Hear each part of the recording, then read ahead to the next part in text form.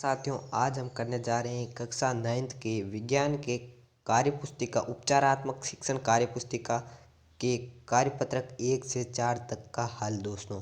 तो दोस्तों हमारा पहला हम कार्यपत्रक लेकर आए हैं, तो इसका विषय वस्तु यहाँ पर दिया हुआ है कि विषय वस्तु यहाँ पर है हमारे आसपास के पदार्थ और अधिगम बिंदु दिया हुआ है पदार्थ का भौतिक स्वरूप।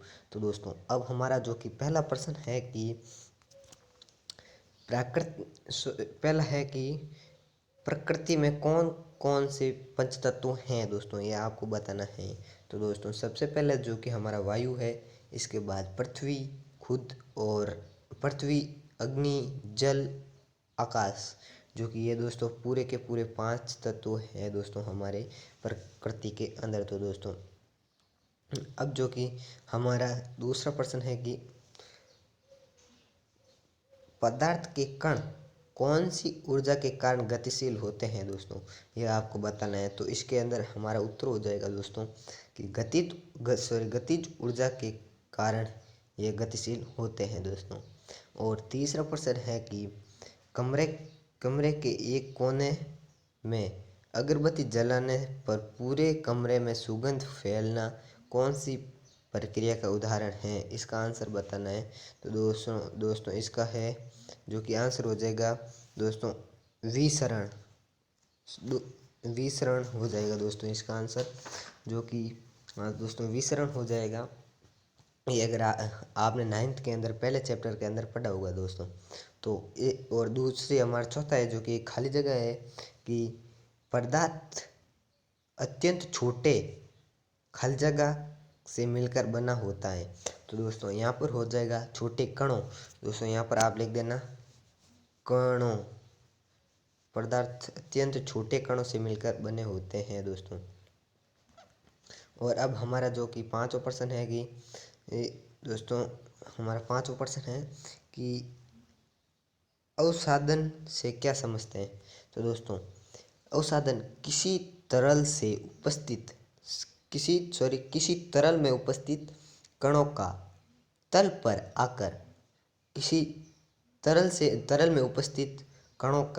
पर आकर बैठ जाना अवसादन कहलाता है दोस्तों, कि हमने यहाँ लिख रखा है, आप लिख देना।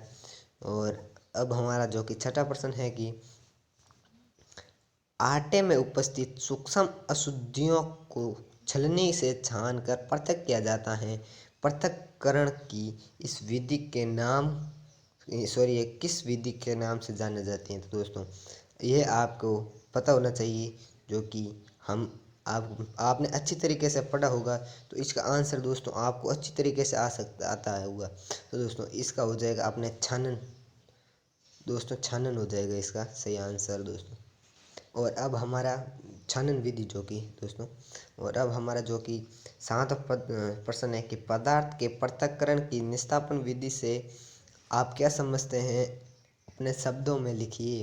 तो दोस्तों ये आपको लिखना है। तो यहाँ पर इसका आंसर हो जाएगा किसी मिश्रण से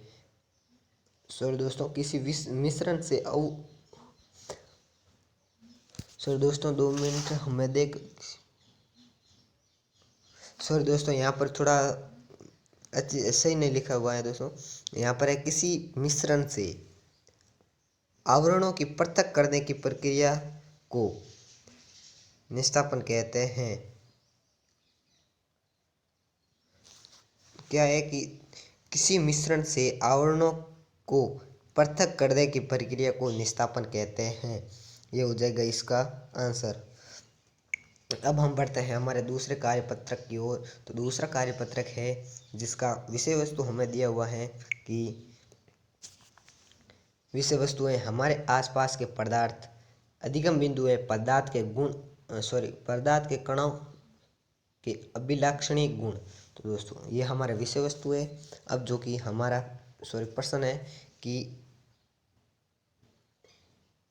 भंगुरता किसे कहते हैं। तो इसका आंसर हो जाएगा कि भंगुरता किसे कहते हैं, इसका आंसर हो जाएगा हमारे जब किसी पदार्थ को परिवर्तित करने पर विकृत होने के बजाय टूट बिखर जाए तो पदार्थ में पदार्थ के वह गुण को भरगूरता कहते हैं। जैसे कि हम हमारे मारवाड़ी भाषा के अंदर भागना बोलते हैं। जैसे कि किसी पदार्थ को अपन जो कि विकृत करना चाहते हैं, लेकिन वो विकृत होने के बजाय बिखर जाए या टूट जाए, तो उसे हम भंगुरता कहते हैं दोस्तों। और अब हमारा जो कि दूसरा प्रश्न है कि ड्राइवर सीट के सीट बेल्ट से पदार्थ के कौन कौन से गुण का प्रयोग किया जाता है। यह जो कि इसका आंसर हो जाएगा कि यह पदार्थ के जड़त्व का उपयोग यह पदार्थ के क्या है, यह पदार्थ के जड़त्व का उपयोग किया जाता है यहाँ पर दोस्तों। अब हमारा जो कि तीसरा प्रश्न है कि जलीय जीव जंतु जल में रहने के दौरान किस प्रकार के ऑक्सीजन का उपयोग करते हैं। तो इसका आंसर हो जाएगा जल में घुली हुई ऑक्सीजन का उपयोग करते हैं दोस्तों। और चौथा प्रश्न है कि घुलित ऑक्सीजन पदार्थ की कौन सी अवस्था विसरण को दर्शाती है। तो दोस्तों इसका आंसर हो जाएगा हमारे उच्च दाब से न्यून दाब की ओर होती हैं दोस्तों ये। और अब हमें बताना है कि घुलित ऑक्सीजन ये तो कर लिया, एलपीजी का पूरा नाम बताना है, जो कि लिक्विड प्राकृतिक गैस या फिर नहीं सर है ना, लिक्विड नहीं है दोस्तों। अब अभी 2 मिनट है ना, करेक्शन है यहाँ पर थोड़ा सा दोस्तों। यहाँ पर है लिक्विड दोस्तों, 2 मिनट है ना, लिक्विड यहाँ पर हो जाएगा हिंदी के अंदर बताना है यहाँ पर दोस्तों। इसके अंदर हाँ, ये हिंदी मीडियम का है दोस्तों। यहाँ पर हो जाएगा द्रवित पेट्रोलियम गैस। नहीं दोस्तों 2 मिनट ना,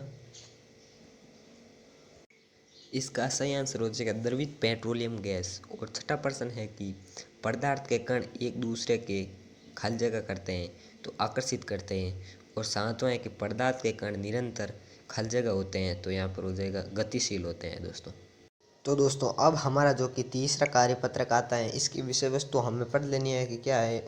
सर दोस्तों यहाँ क्या है लिखा हुआ 2 विषय वस्तु के अंदर। तो दोस्तों देख लेते हैं कि विषय वस्तु हमारी ये है कि विषय वस्तु हमारे आसपास के पदार्थ जो कि इस आगे ही है दोस्तों, बोले तो सेम अधिगम बिंदु पढ़ लेना है। पदार्थ की अवस्थाएं और उसका आधार अलग था और इसका अधिगम बिंदु अलग है दोस्तों। तो अब हमारा शुरू करते हैं। तो पहला प्रश्न है कि पदार्थ की कितनी अवस्थाएं होती हैं, नाम लिखिए। तो मुख्य रूप से पदार्थ की 3 अवस्थाएं होती हैं दोस्तों। और पहली होती है ठोस, दूसरी द्रव, तीसरी होती है हमारी गैस। तो दोस्तों अब हमारा जो कि दूसरा प्रश्न है कि ठोस अवस्था की कोई 3 विशेषताएं लिखिए।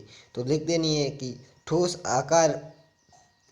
का आकार जो कि निश्चित होता है दोस्तों, ठोस का आयतन भी निश्चित होता है, और ठोस की जो कि